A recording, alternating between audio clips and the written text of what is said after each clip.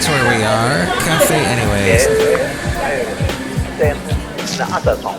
Mike's Daily Podcast. Somewhere in Podcastro Valley 10 and the show called Mike's Daily Podcast. Welcome to episode 2590. It's been lots of shows, and if you like Pliny the Elder, that is a beer. It was National Beer Day a couple days ago, and if I'm not clear, I guess I'm not speaking clearly if I'm not clear. Mike's Daily Podcast. But that's all right, because I did not have any beer on National Beer Day, and I think Mike's maybe Daily that's why Podcast. I don't have any issues right now with my stomach or anything. Because when I do, it doesn't sit very well sometimes. I know it's delicious, or to some people it is, but yes, it's just it's a hit and miss thing with me. But you know, beer's gonna be around long after we're all gone. It's a thing that I believe it had something to do with bread at some point. And bread is going to be around forever. And bread has all of these definitely biblical references, especially we're talking this time of year. Take this bread, it's my body, that whole thing. Yes.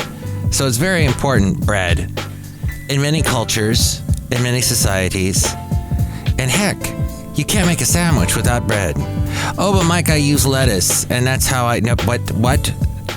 No, really, that's you're making a salad. You're not making a sandwich. But good for you. You want to eat bread that's got the grains and all of that. Don't go for just this purely processed stuff. But if that's what you like, well, this is what doctors tell me all the time. You want to get the stuff with all the grains, the whole grains and whatnot. And here's today's podcast picture. Here at Café Anyway, we got lots of bread. And the podcast picture is of bread. No, it's not. It's not of the band Bread either. Because they had that wonderful song, That's How Much I Feel For You, Baby. No, wait, that's not them, is it? That's how much, that's how... Oh, the late great Basil the Boxer. David Gates, that's right. He was in that band. He's gone now.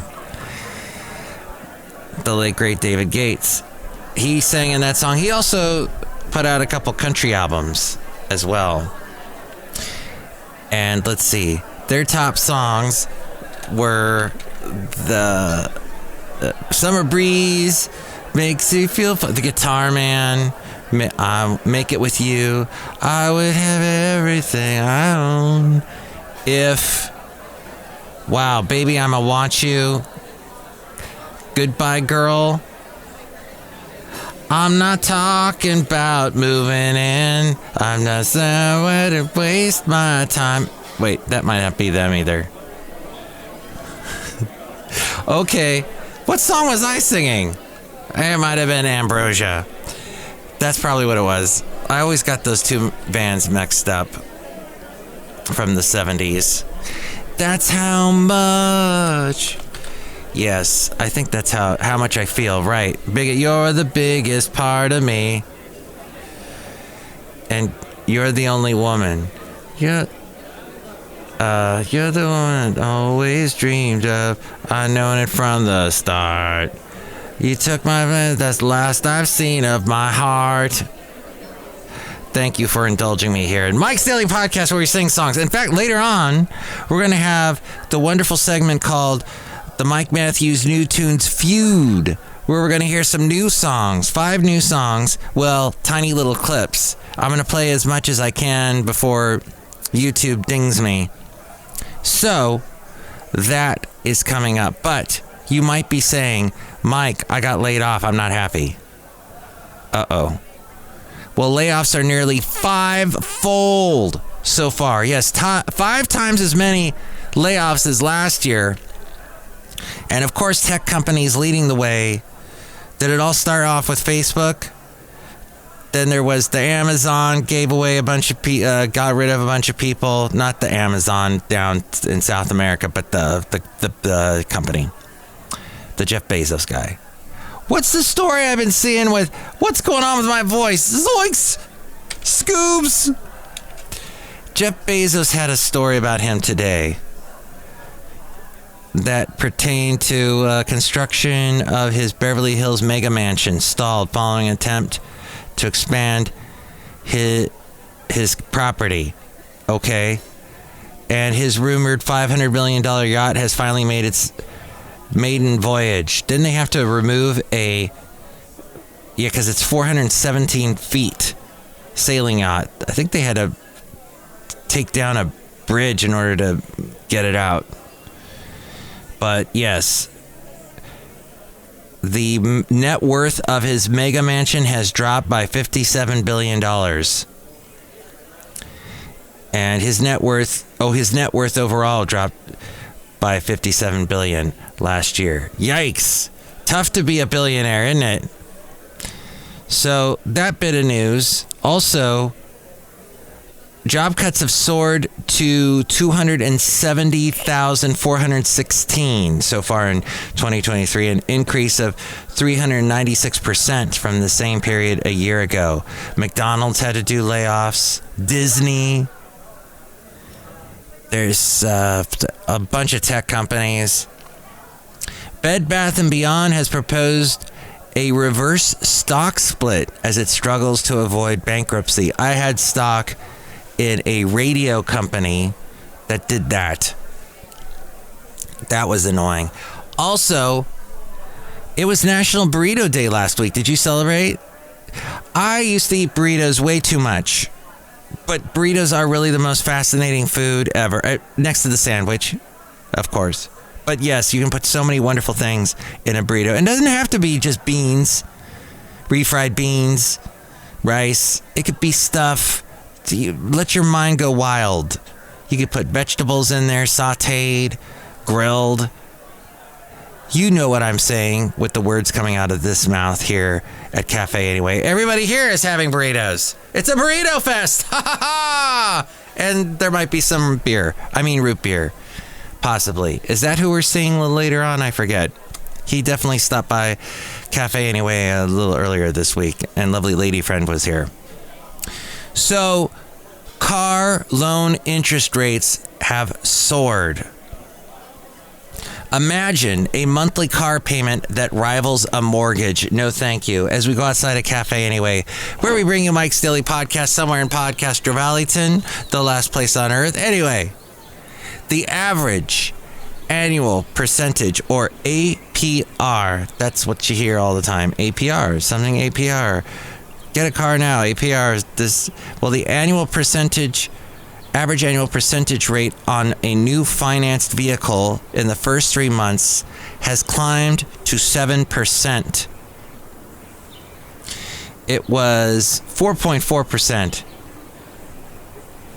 I guess, a year ago. The average monthly payment for a new car rose to $730 in the first quarter, which ended just about, 2 weeks ago? Less than 2 weeks ago. A year earlier, it was $656 a year. So it went up almost $40. Nearly 17%. Oh, I can't do math. Sorry.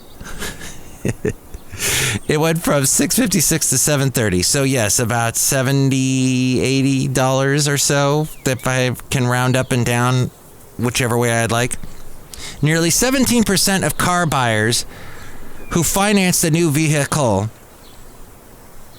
agreed to a whopping monthly payment of $1,000 or more. 17% of car buyers decided to go that route.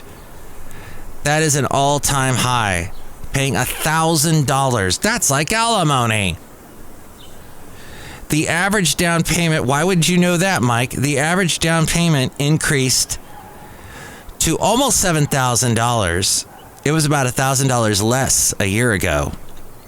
The average price for a car is, now this may not be true for all cars, but the average for a brand new car, the average price is $48,763. $48,763. Up 5% from a year earlier. So we're getting close to that $50,000 range for the average car price for a brand new car. 36% of auto loans taken were for a 72-month term. 6 years, roughly. And for 6 years, they have to pay a monthly payment of $730. That is what's going on in the car world. It always fascinates me. Because, wasn't it a year ago there was a car shortage? And I don't know if anything's improved. People couldn't buy used cars. There wasn't enough used cars. Flowers are starting to bloom in the springtime. Wedding season is soon going to be near us. Cover bands are getting booked. The 2022 national average cost for a wedding was $30,000. That was in 2022. The average cost, $30,000. 27% of Americans will go to a wedding in 2023. The average U.S. wedding guest will spend $611. So if you're invited to a wedding, you are required to spend about $611. Yes, this is compiled by Rob Black. He does a money podcast called Rob Black and Your Money. I produce it, and there is an interesting fact he came up with. He found out. He did research on and found. The average wedding guest will spend $611. The Generation Z expects to spend $1,191 to $1,200. What? And that is wow. Okay. I guess they're spending, and younger people generally get more frequent invites. So, I see. They're spending for multiple weddings.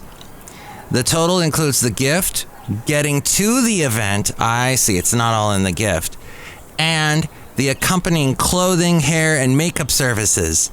Like maybe you're going to buy a new suit or a new dress, or you want your hair done perfectly, or that makeup. It all costs. 60% of wedding attendees have financial concerns about watching their friends tie the knot.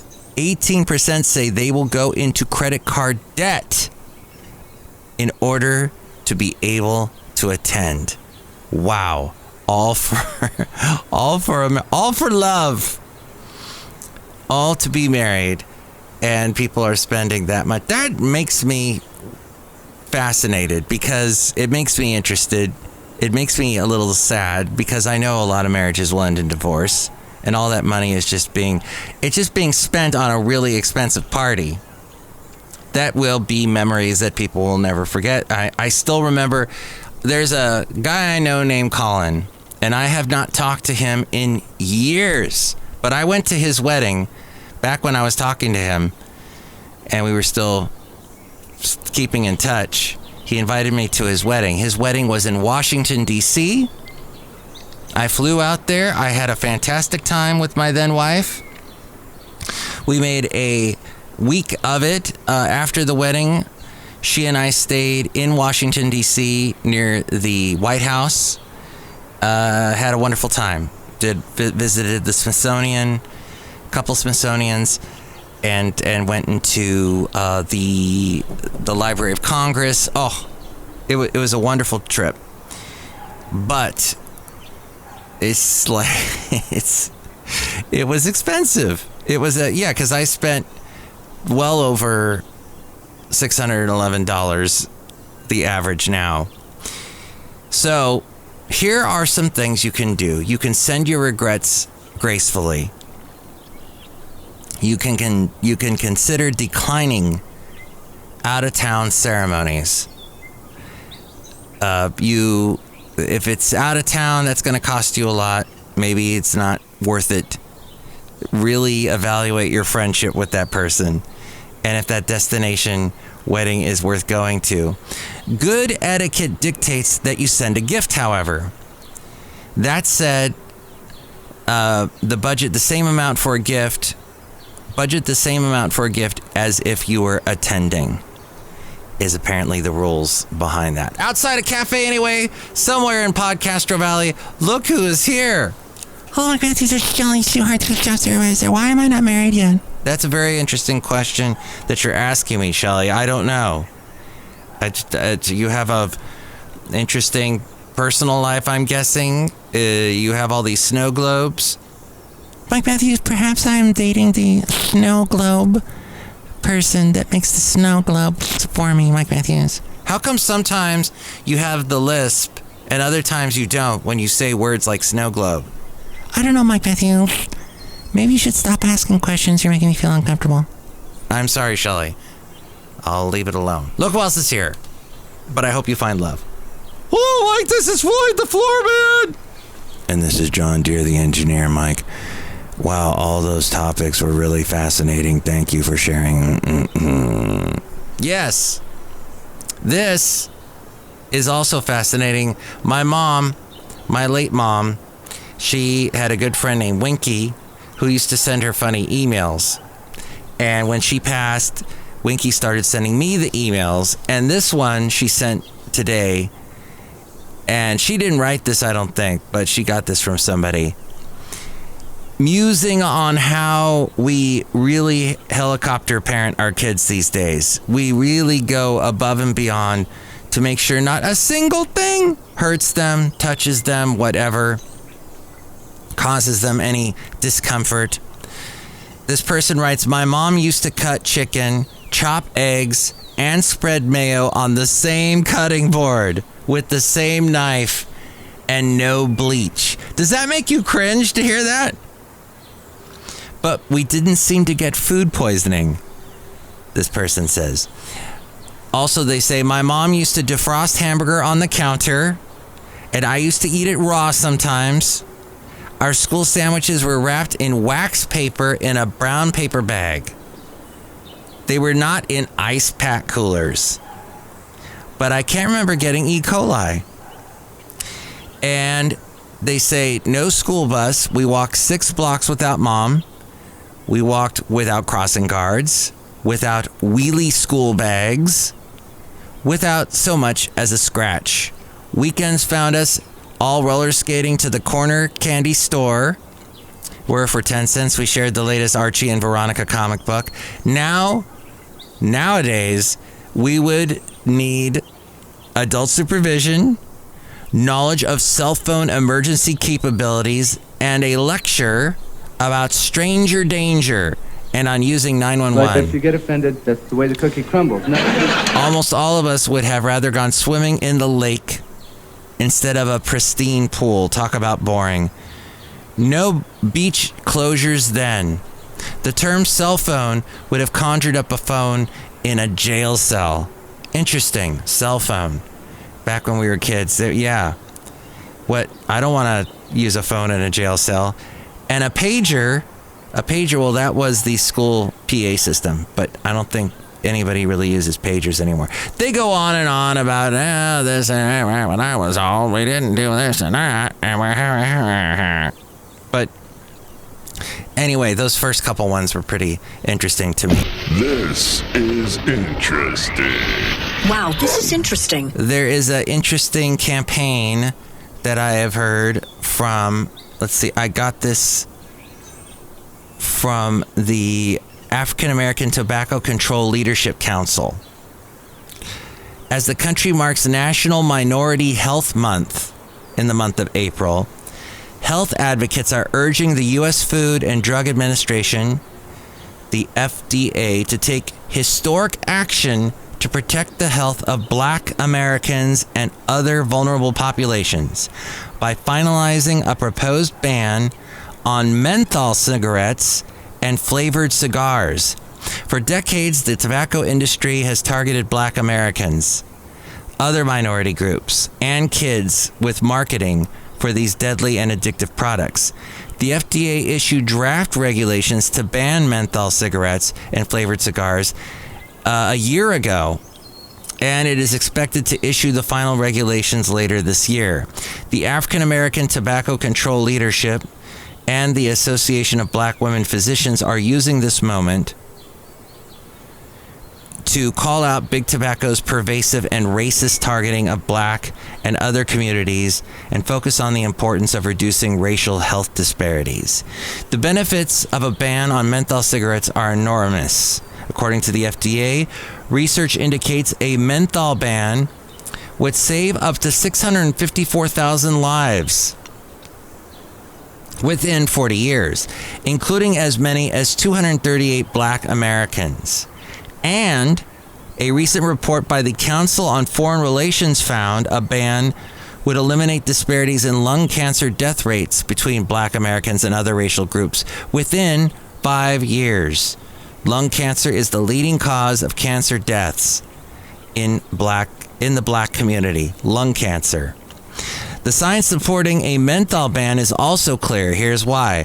Menthol cools and numbs the throat and masks the harshness of tobacco smoke, making it easier for kids to start smoking. Menthol also makes cigarettes more addictive and harder to quit.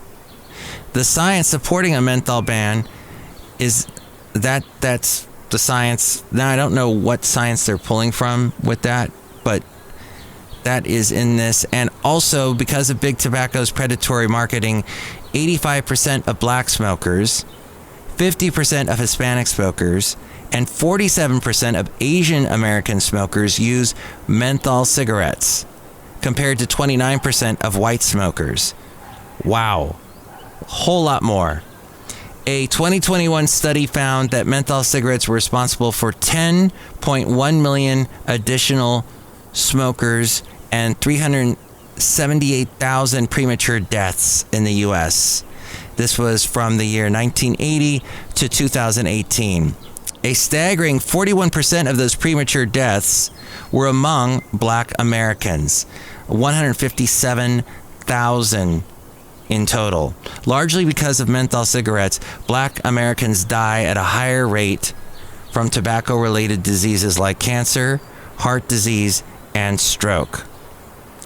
So that is their goal, is to ban those type of cigarettes. But I hate all cigarettes because, well, I blame that for my mom's death. She smoked practically her entire life. There was no way of convincing her to stop, but it led to health issues that led to her passing. So, but never mind all that. Well, I mean, do mind all that. Do mind it. Put some mind to it. Mind as you go. But now it's time to mind some amazing music, some creative types. They email me, these folks. They email me fun new songs, and I like to pass them along to you here in the segment called the Mike Matthews New Tunes Feud. Here we go. They're going to fight it out. All right, for your liking. And it all depends on you calling me or emailing me which song you like best.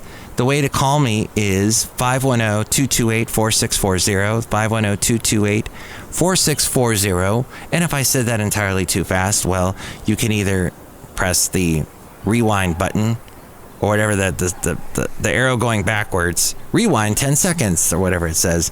Or you could go to the website, mikesdailypodcast.com. That is where the podcast picture is, and also where I've got the phone number and other ways to reach me. And I'm at mikesdailypodcast@gmail.com. So Jason Kent sent me a song. Hi, Mike. From the first chord that's banged out like a jackhammer on the piano, this tune demands attention.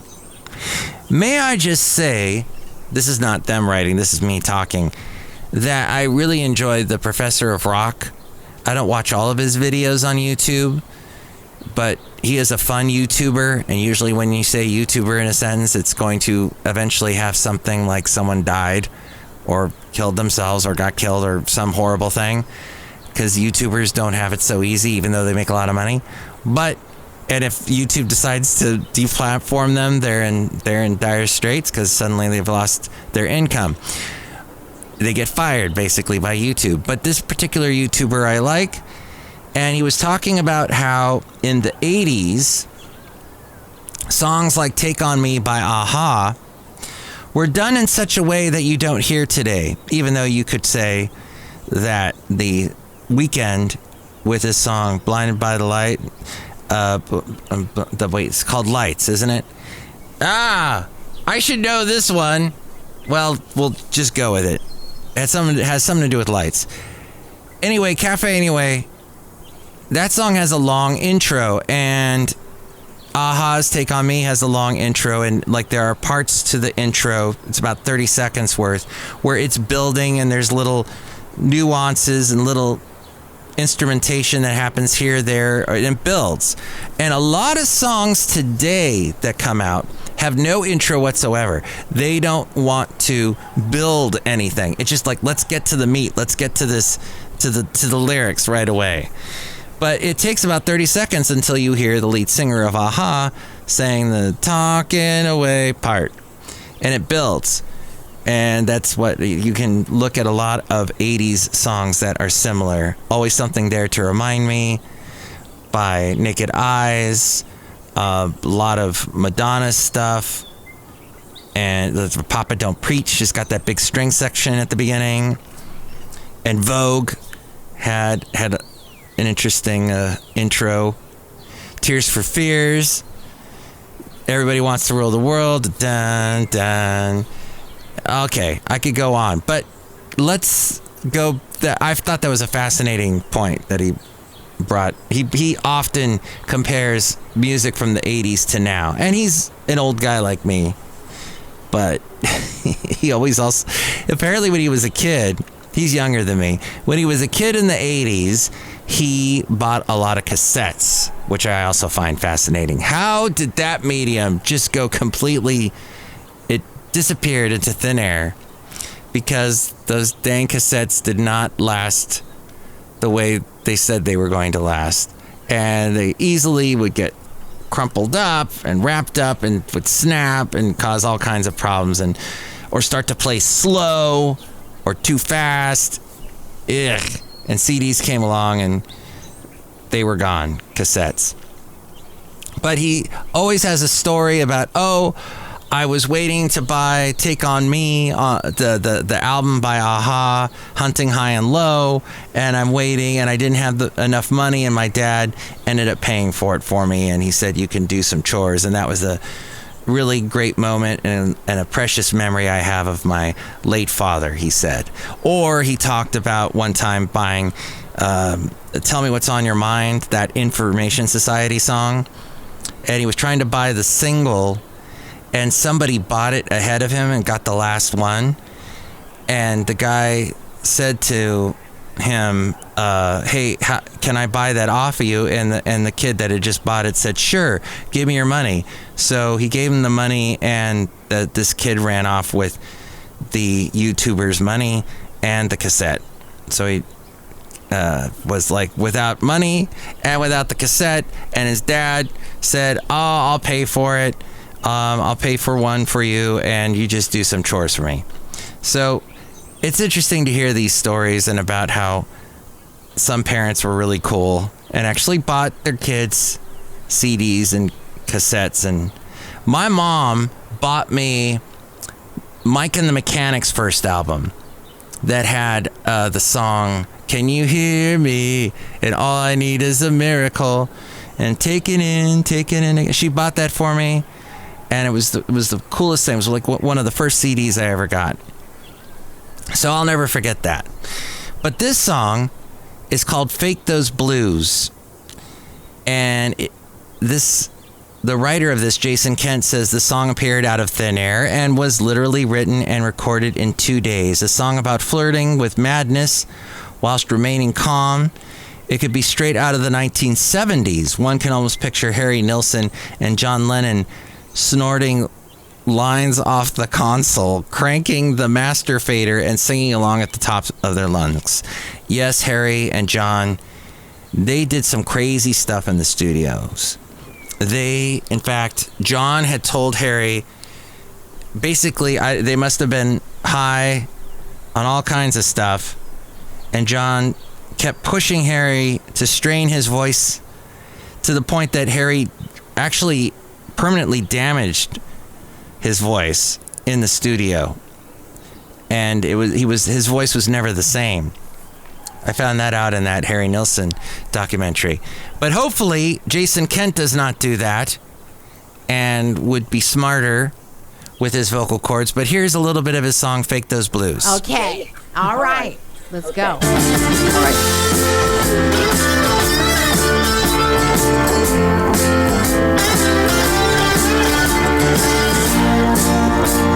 Wow, I could totally hear Harry Nilsson in that bit and Beatles.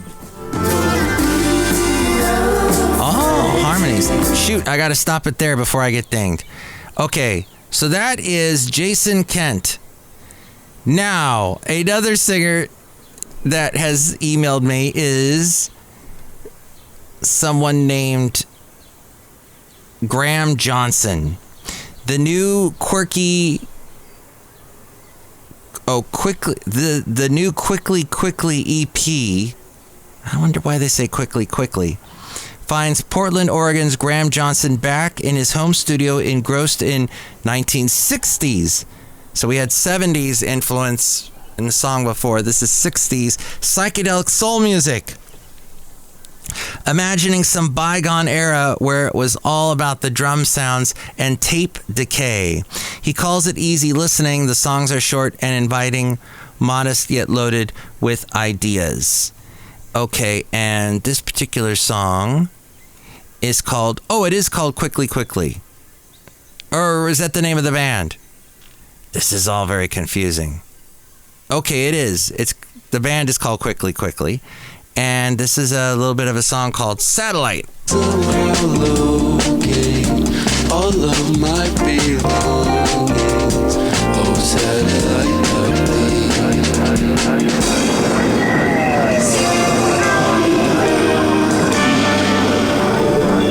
All right, that's Quickly. A little bit of their song. This other one here is called Mr. Rabbit. Song number 3. Mr. Rabbit, and hi Mike, Mr. Rabbit writes, inspired by legends like Paul Westerberg, Wilco, and Constantines, so that's more 80s, 90s, 2000s, as well as up-and-comers like Phoebe Bridgers and Rustin Kelly. Our band, Mr. Rabbit, is relatively new, though our members have the combined experience as seniors in the industry. We create music with a sonic palette that is both familiar and refreshing. Okay, this is a song from them that is called End of History Illusion.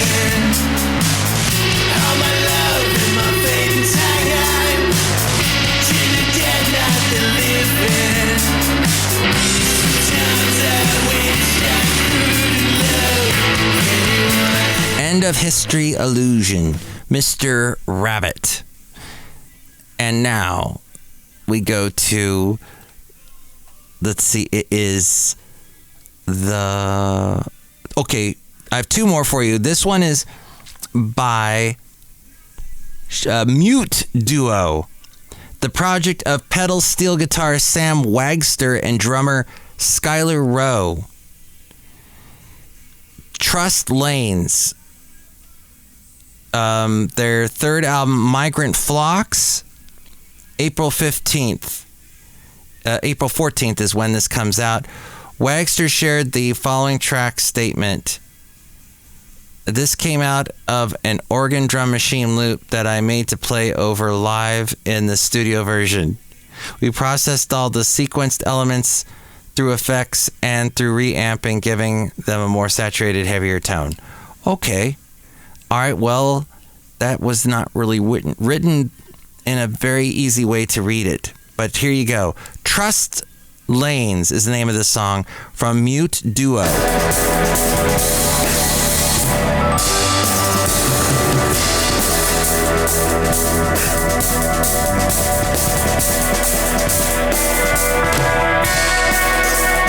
All right, Mute Duo there. And finally, song number 5 is from Your Ex and I. Your Ex and I. Hi, Mike. What if you found out your girlfriend has been secretly dating her ex for 2 years? No. The song Heartbreaker by Design exposes the true story behind our singer's discovery of an ex's double life. From deleted emails to made-up receipts for so-called business trips. How would you look the other way to stay happy? Okay, this is called Heartbreaker by Design.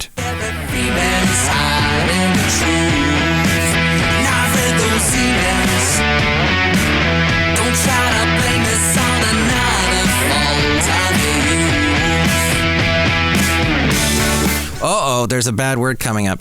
Okay, that's Your Ex and I. Well, which song did you like best? Let me know. I'm not going to tell you all of them. All right, I will tell you all of them really quick. Jason Kent, Quickly, Mr. Rabbit, Mute Duo, or Your Ex and I. Let me know which song you like best. Please don't hold back. Just let me know. It's so easy to do. You can either email me, mikesdailypodcast@gmail.com, or call 510-228-4640 and leave a message on the Café Anyway line. 510-228-4640. And with more ways to reach me, it's A-Frame. Mike's Daily Podcast is written and produced and performed by Mike Matthews. His podcast is super easy to find. Download or listen to his show and read his blog at mikesdailypodcast.com. Email Mike now at mikesdailypodcast@gmail.com. See you tomorrow. Bye!